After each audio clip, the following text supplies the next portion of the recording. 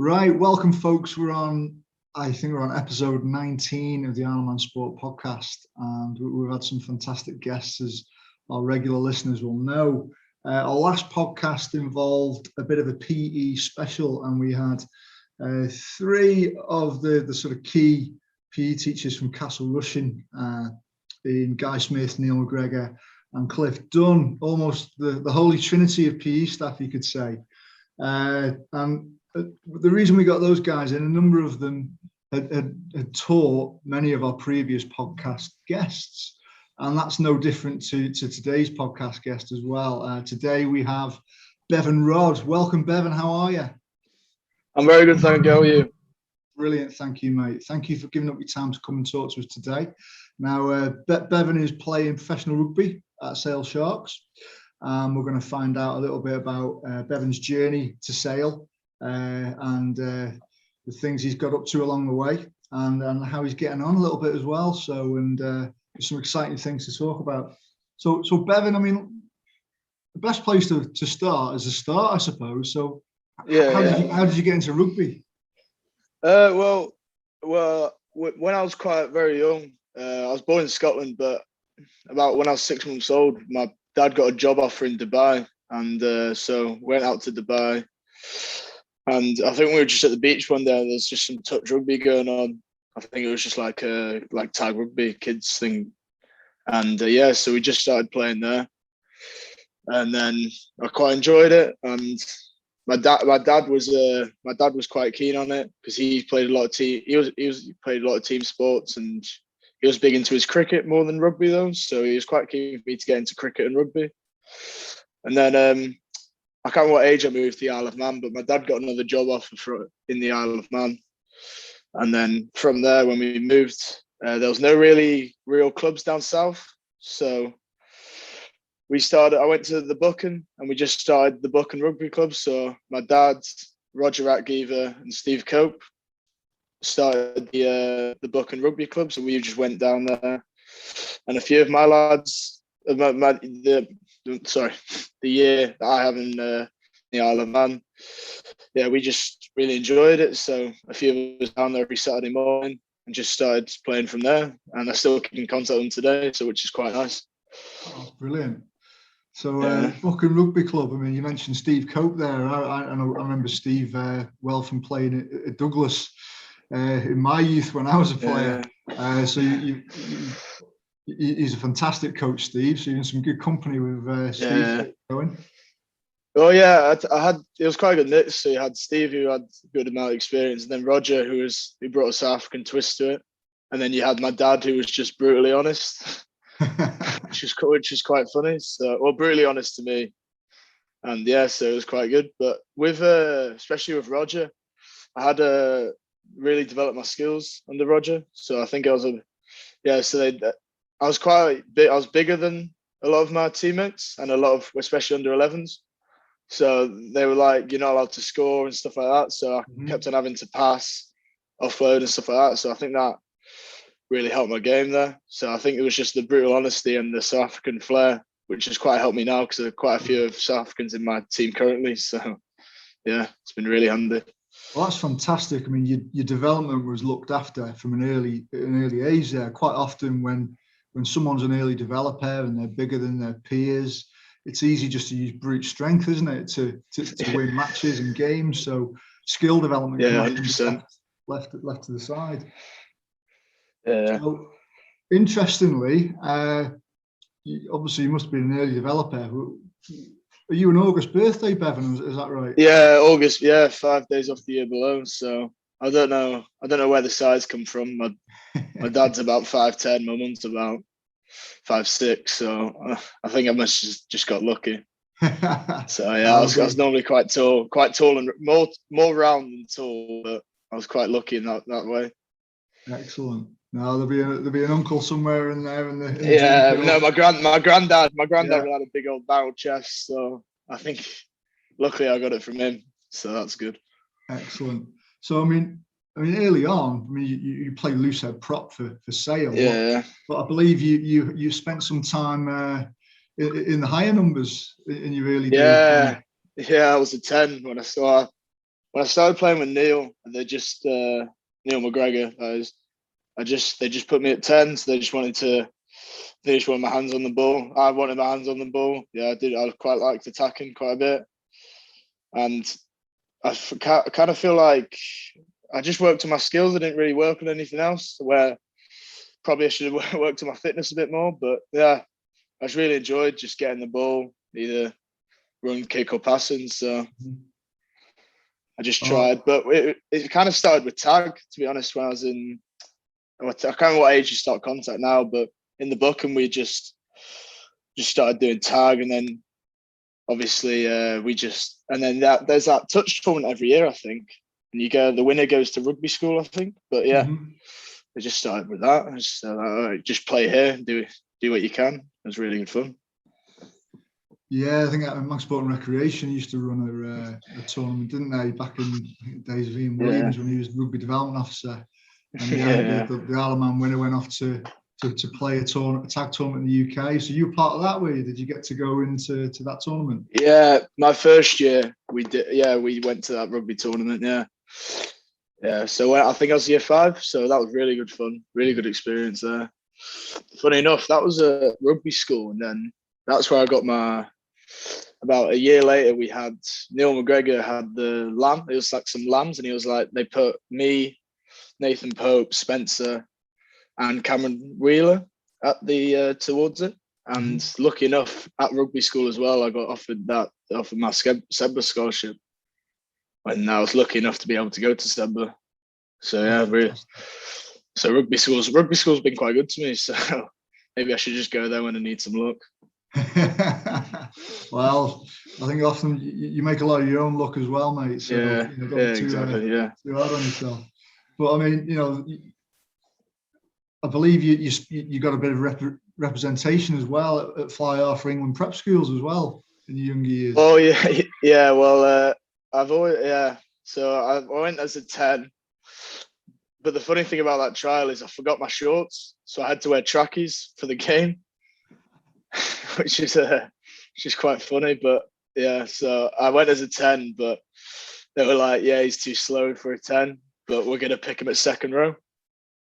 So I went, and then picked as a second row for the North, and then the trials happened so it was like North, South, East, West. And then it was like the full lambs after that. So the North played the South, then North played the East, and games like that. And then they were like, "Oh yeah, he's too slow for second row as well, so we're going to pick him as a prop." So that's how I kind of started. I was like wanting to be a back, and then second row, and then due to my pace, I kind of had no other option but prop. So no doubt all that time at 10 has made you into a prop with a fantastic set of hands, especially in the modern game, which is where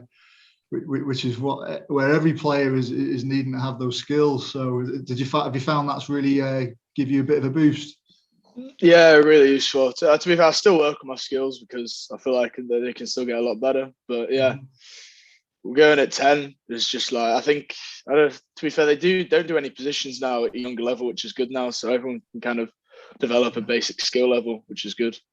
Absolutely, because I mean, none of us know how we're going to grow and develop, do we? Through our growth spurt, our teenage years. Yeah, exactly. How we're going to spit out the other side of that, and if you come out with lots of skills, then you've got lots of options, haven't you, for positions? Yeah. So what was Sedbergh like? I mean, that's in terms of rugby schools, it's had some big names go through there, the likes of Will Carling and Greenwood and the likes of those boys. How was that? Yeah, really, really interesting. To be honest, when I first went there, I think I was year 7. I think I was year 7. Yeah. So I hated my first term there because I'm quite a big family guy, so I didn't really like being away from my family. So I found that quite tough. But my mum and dad were very good, so they were fortunate enough they could be able to travel over quite a bit because my dad works in the Isle of Man. So my mum came over quite a bit, and she would manage to see me quite a bit. But after you get over like the first month or two, then you realise that you're literally seeing your mates every day, every night, like doing not what you want, but like you're just having fun all the time. So you kind of forget about it. But no, that first few months was really hard. And Johnny Mason, who I shared a room with, he's an Isle of Man guy as well. So it was kind of us just when we were 10 and 11, just like so upset, like missing home. But I'm still mates with Johnny now. So I think that night we kind of really bonded, and it was just like, now we're best mates. So which is quite funny. That's brilliant. It's fantastic. I mean, it's difficult, isn't it? Any change, any transition, especially even going from primary school to secondary school, but adding in the distance of getting off the Isle of Man adds a whole new depth to that. It's helpful that you got Johnny over there as well. How is Johnny doing? Johnny used to do a bit of leadership work as well over here. Sports leaders. Yeah. Johnny's at Loughborough at the moment. Yeah, he's doing a course in engineering. I hope that's right. Otherwise, he's going to kick my ass. But he seems to be enjoying it. Excellent. But so which is it's good to be keeping contact with him. I think I'm seeing him quite soon actually, so that'll be good fun. Awesome. Right. So let's fast forward a little bit then. So you've been through Sabra. When did When did you realise that you thought, I might be able to make a career out of this. I might be able to take this further and progress to professional sport? Well, Neil McGregor, when I was at Buchan, said to my mum, if he goes at this hard, he can make a career out of it. But I kind of just brushed off. I never really thought like professional rugby player until I was like year 10, and I was like still enjoying it. So I was there like, I'm going to try and make a push at it now, because year 10 is where like the academies start looking at you. Yeah. And I remember some guy in my team one of my good mates got a bit of recognition from Sale Sharks, and I was kind of there like, wow, if he's done it, I feel like I can do it as well. So I remember I was playing a game at King's Mac, I think. And I did all right. I didn't have my best game, but Sale Sharks scouts were watching, and they're like, "Oh, do you want to come down for a training session?" And like, it takes me a bit to really get used to a team, because when you're in a team first, you don't want to the first time you get it, a drop kick from halfway. Like, you don't want to do anything too crazy, because then everyone's there like, right, this guy's not really that serious about it. Mm-hmm. So I kind of took quite a secure approach for about a year, because you only get games like every 4 months in the academy. So I found it quite hard to get in my flow. But I think, because I remember after a 15s game, like I got dominated in the scrum. I didn't really carry. I put in some tackles. I got like 2 turnovers, but they were like 4 games of 20 minutes, because it was just like a festival sort of thing. Yeah. My mum and dad were maybe it's not maybe rugby. You're not really standing out, and as you do at school level. So maybe you need to either work a bit harder, or just like maybe don't pursue a career in rugby. But I always wanted to pursue a career in rugby, so I kind of just had. I remember we had Wellington, where all of the academy meet up together and play each other for like a week.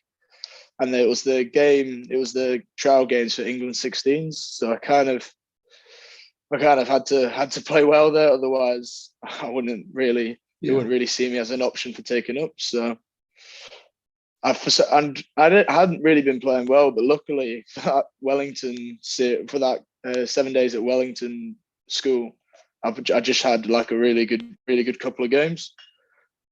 And I was lucky enough to get picked for England 16s, but still, I never really thought like it was a proper thing. Like, I never really considered it an option.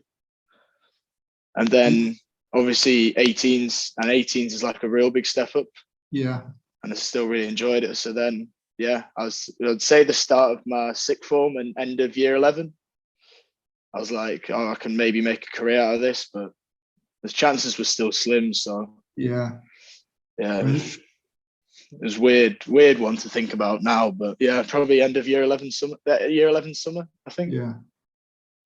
And the statistics can be quite brutal, in terms of anyone getting into professional sport. It's always difficult, isn't it? And there's always that to think about, and whether you have a backup plan or not. And some people would argue if you have a backup plan, you'll take it. If you don't, you'll go for sport. But everyone's different, and different things work for different people, don't they? I remember when I got actually offered my first contract, and the academy manager, who I'm quite friendly with, came up to me and went, "Oh, well done. Now the hard part's keeping the contract." So it's always like you always get to a level, and then there's the next level. Yeah. So you always want to keep on going and try and get to the best you can, I guess. So, I mean, how did you find that England setup? I mean, now you'll have been coached at club, at school, regionals, and now in international level. How did that feel? Was it different? Was it similar? Well, I think it was I kind of did the similar thing on the field at every level I was at, but I'd say off the field it was more like, right, you watch training. Like, so at England 16s, I remember, like, everyone came off the bus and they just wanted to chill out, but they were like, "Oh, we're going to watch training. Now you're going to go in the pool, get recovered," and stuff like that. So it was the first time I've really been like, not professional because it's under 16s, but like, it was kind of like this is what you got to do to be in to get a contract with your team. Yeah. And then 18s was kind of the same. So 18s it was more professional. So you just in the pool, in the sauna after a game, and then you're on the recovery bike, and you got your recovery pump legs. You always have the option, but it would always be driven by you. So it's like, where do you want to go? How far do you want to take it? So it was always quite interesting for me.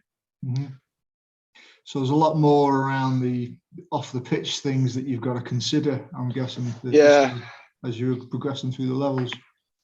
Yeah. Well, I kind of learned the most off, I'd say, Ross Harrison, the Sale Sharks loose head. He's been huge for me. Like, he's massively helped me out for like how recovery, and then how hard he works kind of inspired me to see, like, if he's working this hard, like, this is what it takes. And he's just made his 250th appearance for the club, so he's clearly doing something right. So he's kind of laid the blueprint for a lot of players, I think.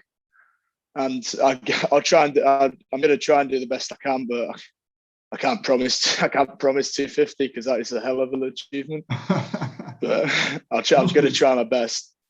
It must be great to have fantastic mentors like that, and significant people who help you along the way, or give you that bit of inspiration. So you mentioned Russ, and obviously you mentioned Neil. Are there any other people out there who have really sort of, and your dad, of course, and Roger? Yeah. Are there any other people out there who've really sort of made you think differently, or helped you along the way? My stepdad coach, and I'd say Neil Briggs, because Neil Briggs is the transition coach from academy to first team.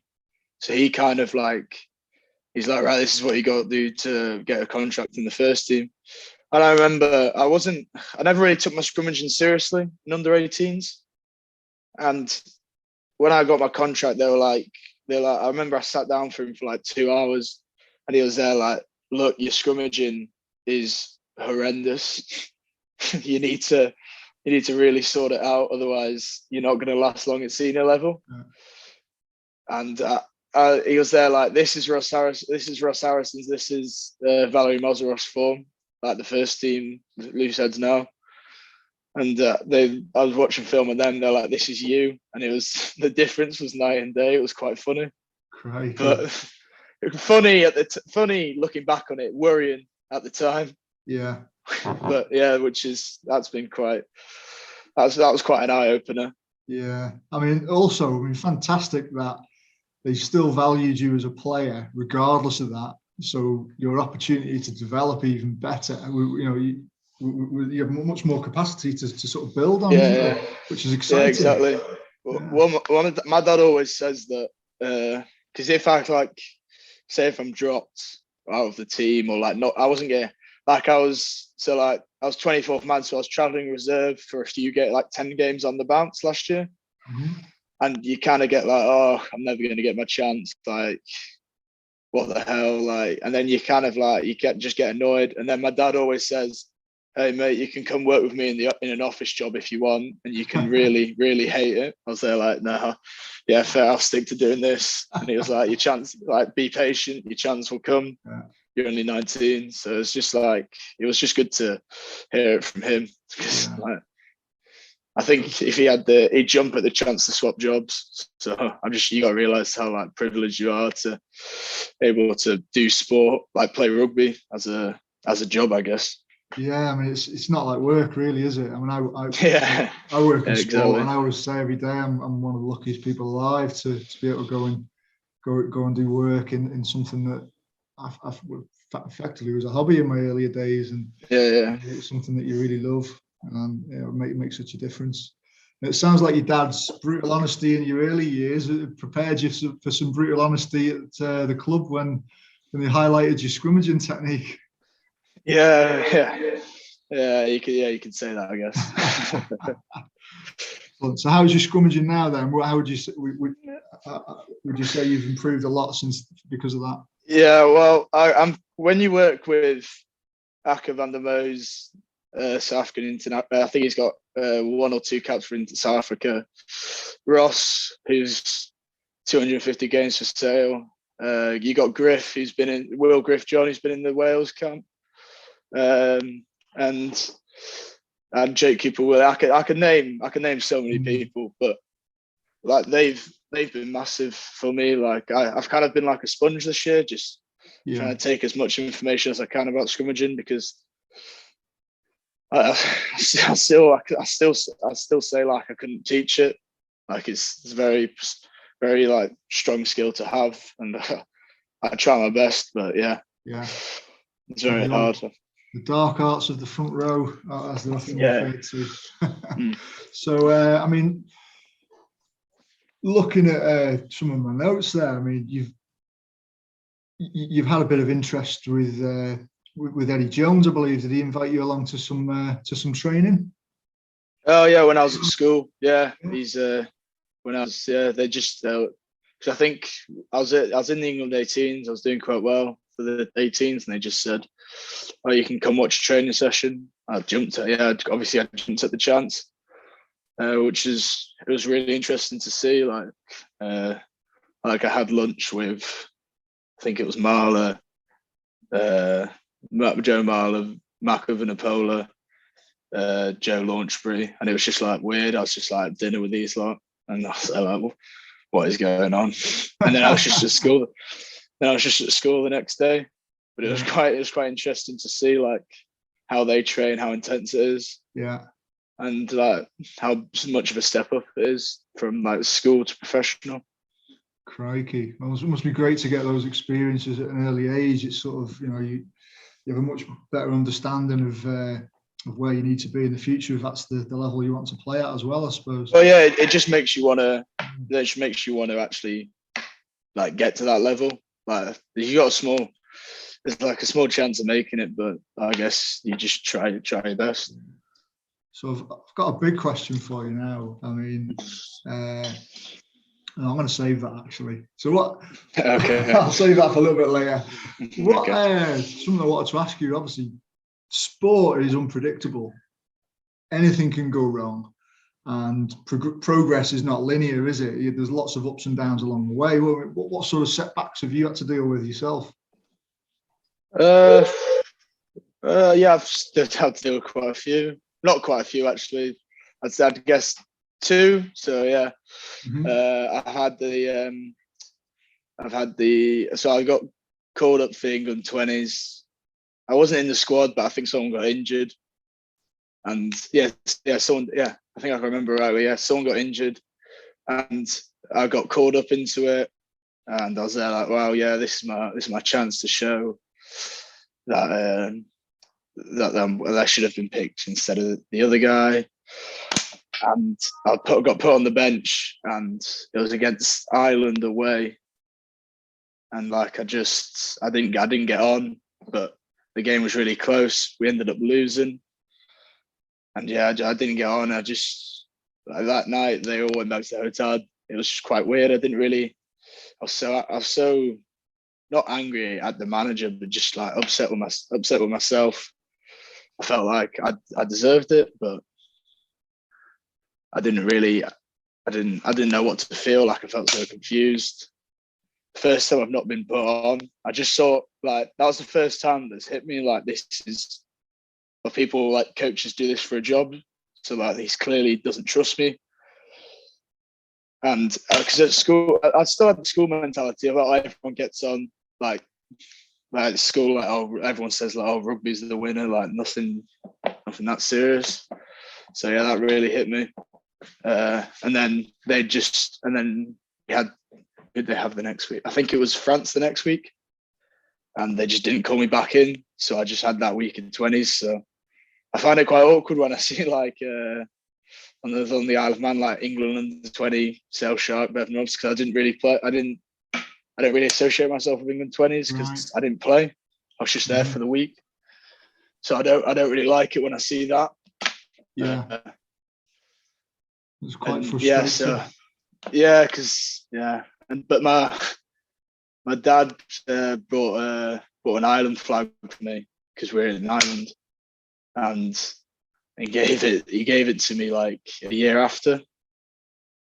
So he gave us like, I want you to, because rugby was going quite well for me. He's like, just if it's going too well, just look at this island flag. So that's in my bag for game days. I quite like looking at it and thinking, yeah, that was a real low point in my short career. Probably my second major setback was my injury in my legs. So it was my second year. My pre-season gone really well. Mm-hmm. Played all the Sale Sharks pre-season games. I was back up to Ross Harrison's. So I think I came off the bench for first pre-season, got 20 minutes, did really well. Managed to set up a try. And then I started the next one against Saracens away. And then I came off the bench only for like 7 minutes against Wasps. And then, so yeah, my preseason went well. And then I think it was the second game of the Prem. I was put on the bench and Sale put me on. So like that was Irish away at the Majesty, the Reading Stadium. I think it's the Reading Football Stadium. Mm-hmm. So yeah, that was unbelievable. Like I can still remember like just like that whole warm up, like thinking, oh my god, imagine if I get on, like this will be crazy. And then from there, like because Dimes was in charge still then, so it was kind of like right, like you're a part of my team, but you're not good enough to play yet. So I'm gonna send you out on loan. You're just going to play some bench minutes for this Nat 1 team, Sale FC, because they're kind of linked with Sale Sharks. Well, they were linked with Sale Sharks. Mm-hmm. So yeah, I was playing.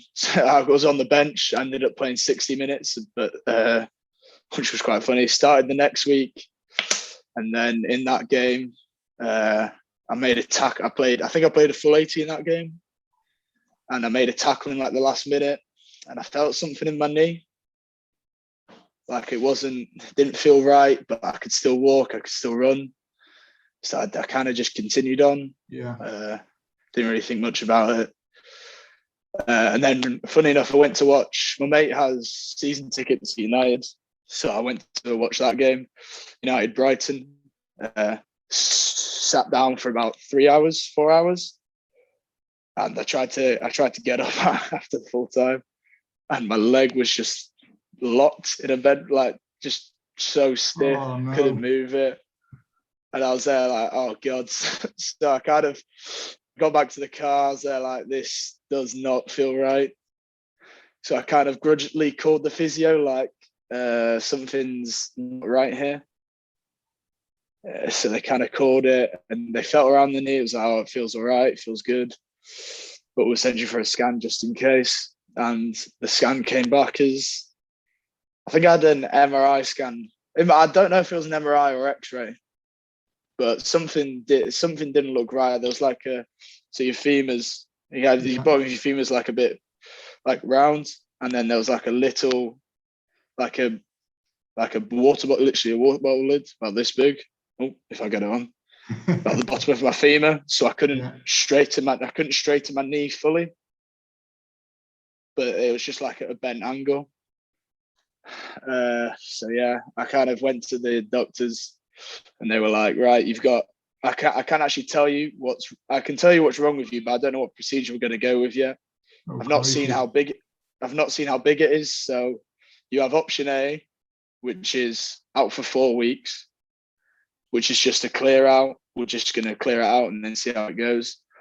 Option B, where we're going to just reattach it with invisible, not dissolve. I think they're dissolved stitches, so they kind of just dissolve into. Yeah. I don't know how it works, but it was something like that.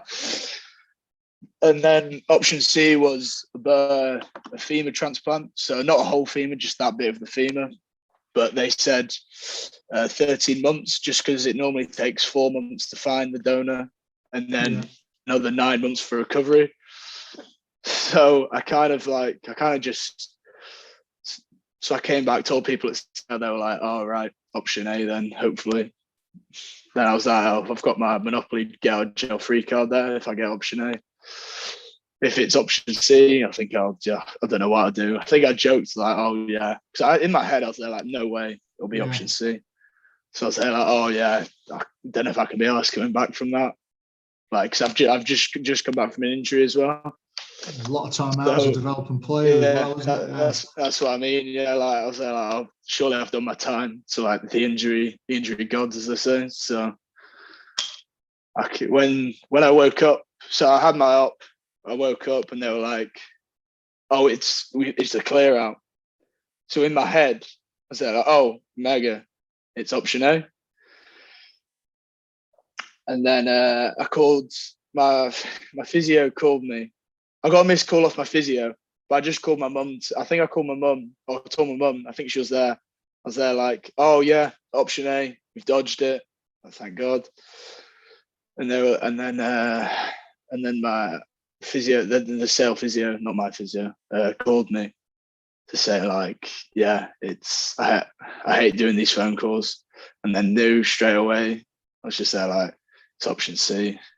Oh no. So, and then about a few minutes later, the doctor came in, explained, and I was out of contract at the end of the year. Oh, a lot of pressure then. Yeah. Yeah. So I kind of was there like, I got pissed off. So I was there like, right, yeah, I need option A.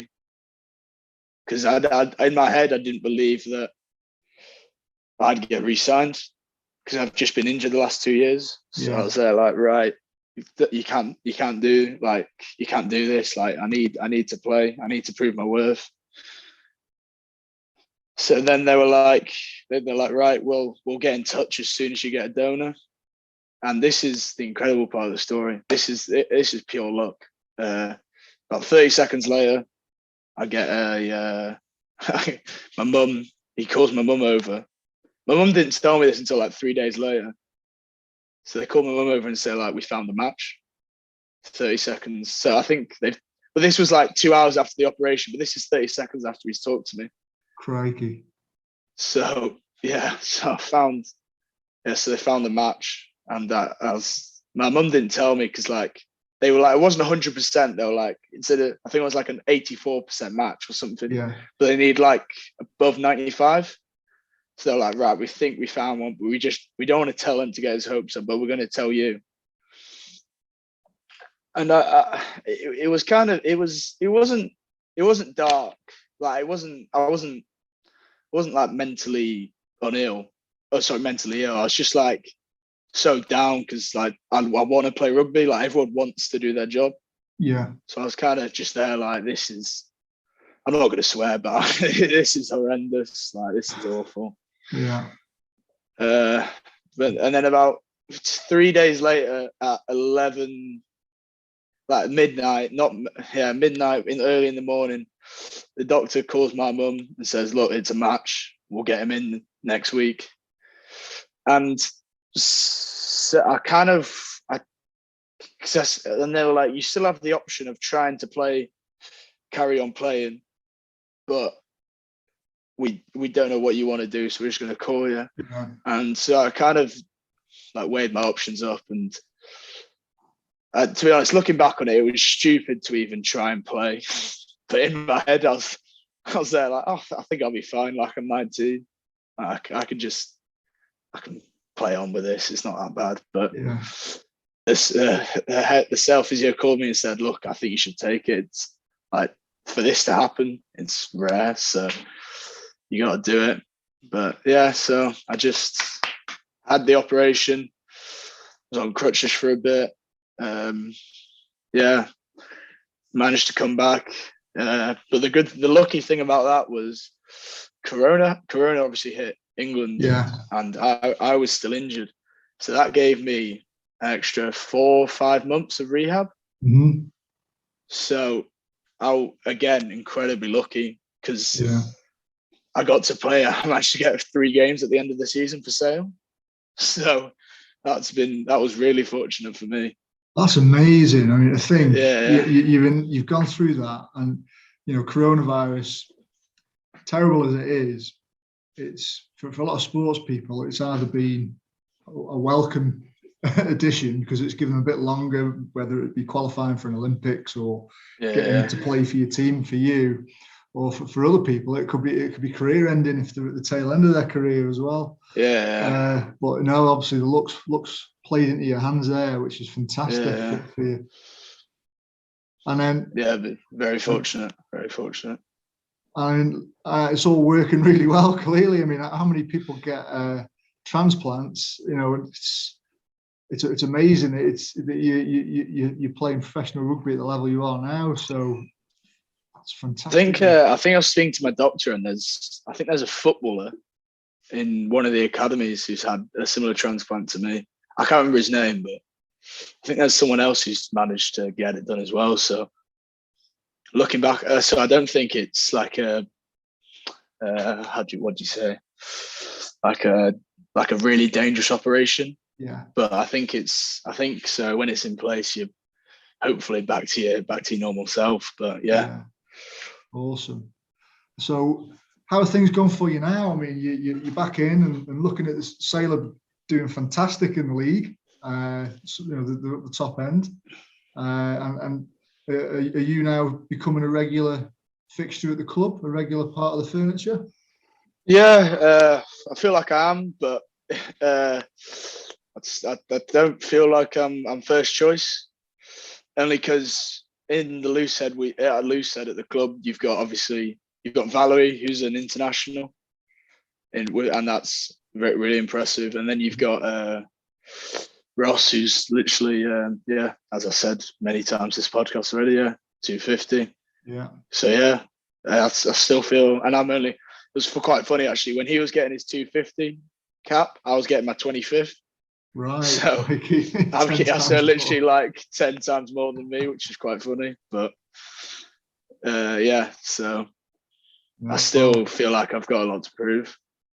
Good. So it keeps you hungry, keeps you fighting for it, doesn't it? And playing hard and playing well, for sure. No one can rest on their laurels at all. I mean, looking back at some developments, there's been quite a bit of word in the press, the local press as well. The Isle of Man Courier had a back page spread with yourself on it. Wow. I don't know if you're aware of that or not. One of my mates sent it me. Managed to get a hold of me. We get the tabloids in the UK. The Isle of Man Courier is where it's at. And the interesting thing, it was referring to an article in the Telegraph that there's been a bit of interest. You had the England forwards coach come and see you in training. Is that right? Yeah. He came in and just said what he liked, and then said what I need to work on about my game. So that was good to hear, and good to see what I need. It's good to hear because the things I need to work on, what Sale said I need to work on. So it's good that it's not like hearing two different things. Yeah. So you're getting a consistent message there, aren't you? Which is awesome, and not getting confused about what you need to be pushing on with. But, yeah, exactly. That's fantastic that England has shown a bit of interest. And I suppose that leads me to the big question that I put off earlier. So you said you're born in Scotland, so are you a Scottish thistle or an English rose? I'm still undecided. That's, to be honest, I've not actually had anything. Like I've been invited to anything. Yeah. So it's too early to say anything yet. Yeah. Well, yeah. So if it does happen, it'd be a nice dilemma to have. But I've not, as I said, I've not been invited to anything, so I can't say that. I've had to choose one or the other, so I can't really answer that question. Yeah. If it does happen, I still don't know. I might just have to do. I'd probably have my dad calling me privately saying pick England. I'd probably have my mum calling me privately to pick Scotland. So yeah, it's a weird mix. Oh man! But I'm sorry, I just forgot to say, with the people that helped me out, also Peter Walton for the England 18s forwards coach. He really helped me out. Like with my open play and ruck and ability and especially scrum as well. Like really helped me out. So I just forgot to say that part. No problem. No, it's good to. The coaches and the backroom people are often the sort of unsung heroes. We see the guys playing the game, don't we? And there's a lot that goes on behind the scenes to help people develop. So especially gym wise as well. Yeah, because I'd say I didn't really gym at Sedbergh. I did gym at Sedbergh, but I worked more on my skills at Sedbergh. Yeah. And my running fitness. So my running fitness was quite good, but I was quite a jolly, still like a jolly fat, I guess, like a chubby guy. I still am a bit of a chubby guy. I'm working on it, but no, Sale had helped me out. So Rob Simpson's been really good for me. Who's the academy S&C there? Like when I was injured, he gave me tons of programs to do and stuff like that, which is good. Yeah. Oh, that's fantastic. I mean, it's a massive part of preparation for any sport, but in particular rugby. Getting your strength and conditioning right can make a massive difference to your on-field performance for sure. And indeed, your recovery from surgeries and injury prevention as well. So massive. And is that a bigger thing you find at professional rugby now, or sports looking at the psychological side of things as well, and how you can prepare mentally to perform and nutritionally and all of the other facets? Yeah, I'd say especially when Alex Sanderson's coming as the new DOR, like he's brought in a breathing coach, a yoga instructor, and that's been. I've never done breathing exercises before, but I've really enjoyed it. I've really bought into it, and yeah, so that's been quite interesting to do. No, it's massive, isn't it? And I think you mentioned yoga there as well. Mobility is huge, isn't it? And being able to, people often don't think in rugby you need to be flexible, but some of the positions you'd be getting into in the front row, you want to be strong and flexible so you can get around do the business. For sure. Yeah. So the Currys have are really flexible actually, because I guess they're always like trying to jackal. But yeah, that's been quite good to see them up close, like see how they work. So what are your super strengths as a player then, Bevan? What would you say your sort of your you hang your hat on as that sets you out from other people, perhaps? I'd love to say scrummaging, but I can't quite say that yet. But I'd probably go with jackling, ball skills, and work rate. So I feel like I'm always in the picture, always trying to get a jackal in or work, kick chase, get a tackle in or something like that. Yeah. So I feel like I work quite hard for the team. Plenty of turnover ball, and that's where a lot of tries are scored. I think there's a lot of stats that would suggest that when it breaks down and if you can get that turnover ball, it's the chances of scoring are quite high. Yeah. Well, yeah. I try my best. Yeah, but I'm normally quite tired, quite tired from the scrum, so I don't get as many as I would like. But I need to be able to work on my conditioning, so I can get out of a scrum and try and get a jackal on and stuff like that. So, which is good. Again, that's often the hard work that the untrained eye can go unnoticed. You know, we see the guys running over the whitewash to put the ball down, but we don't often see the guys in the middle of a melee of players stealing that ball. And So how many games have you got left now in the season to play, and how are things looking for Sale at the minute? Well, we just lost in our La Rochelle quarter-final. Yeah, some big lessons there that were learned. So I think that's really humbled me, that game. So I know what I need to work on.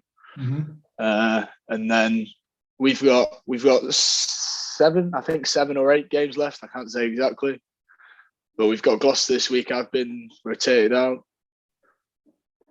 So I think I'm back in next week for Worcester. Mm-hmm. So yeah, which is good to have a rest. But I say that now, but on Saturday probably be raring to go. So that'll be annoying not to play. So, but it's just been good, to be honest. Like, I'm really enjoying Sale and the superstars it has. Like, it's good. Like, you could say like we have the best flanker in the world. You could say the best 9, the best second row in Tom Curry, Faf de Klerk, and Louis Diaga, and then potentially Manu, who's nearly back as well from his injury. So yeah, that's good. In some fantastic company for sure. Well, yeah, I'd say like the best. I know playing with them superstars are good, but I say the best moment I've had this season is when I was propping against Irish. The tight end that came on was one of my good mates, James Harper. Like, I went through the academy with him, so it was good. Like, just to it was just me, Harper, and Acker. So it was. I remember I looked to my right before the scrum, and it was just like you just caught eyes, and it was just like this is pretty cool. Like, we're both playing. Did you bend him in two? Well, we didn't get him on the first one, but the last one we got a penalty. So Briggsy, the scrum the academy transition guy was very pleased. Excellent. Well, it's probably a good time to wrap it up there. We've been going for about 40 minutes, but that was fantastic, Bevan. It was great to get an insight of your journey through rugby and all of the stuff that's going on with Sale. And you know, we really want to wish you all the best of luck with everything going forwards. It's great that we've got some involvement with you through Isle of Man Sport and through the Sport A programme as well. And you know, we're going to be watching your career with a close eye, and it'd be great to meet you in person, mate, and not on Zoom at some point. Yeah, 100%. Yeah, when this career is over. I just want to say thank you to the Isle of Man Sport as well for helping me out with everything that they've done for me. Like, let me use the gym when I come over, and obviously the funding that they give me. So it's been really helpful.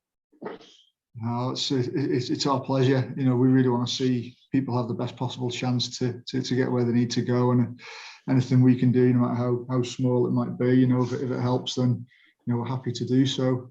So best of luck to you, Bevan. So what's the next match for you now? Sorry, did you say you're resting? Gloucester tomorrow. Yeah. And then Worcester next week. Right. So if anyone wants to watch Bevan against Worcester, is it going to be next? Is it a Saturday match, Sunday match? Saturday match, yeah. Saturday match. So yeah, Saturday match. Looking forward to it. Get yourself tuned in and be entertained. So best of luck for that, mate. And thanks again for coming along. And you know, thanks again to Neil for putting me on to you as well to get you in today, because it's been a fantastic podcast. Share it with all your friends.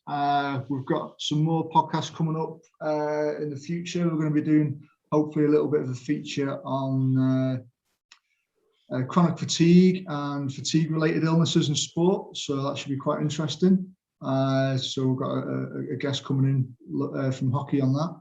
And yeah, so really excited to see what other people we've got. And if you've got any suggestions, any listeners, we want to hear from anyone in particular, are there any themes that you think people will be interested in hearing about, then please get in touch. You can get us on trevor.christian@gov.im, or just send us a message on the Alman Sport Facebook pages as well. So thanks again, Bevan. We'll catch you again soon. Okay, thank you very much. Cheers.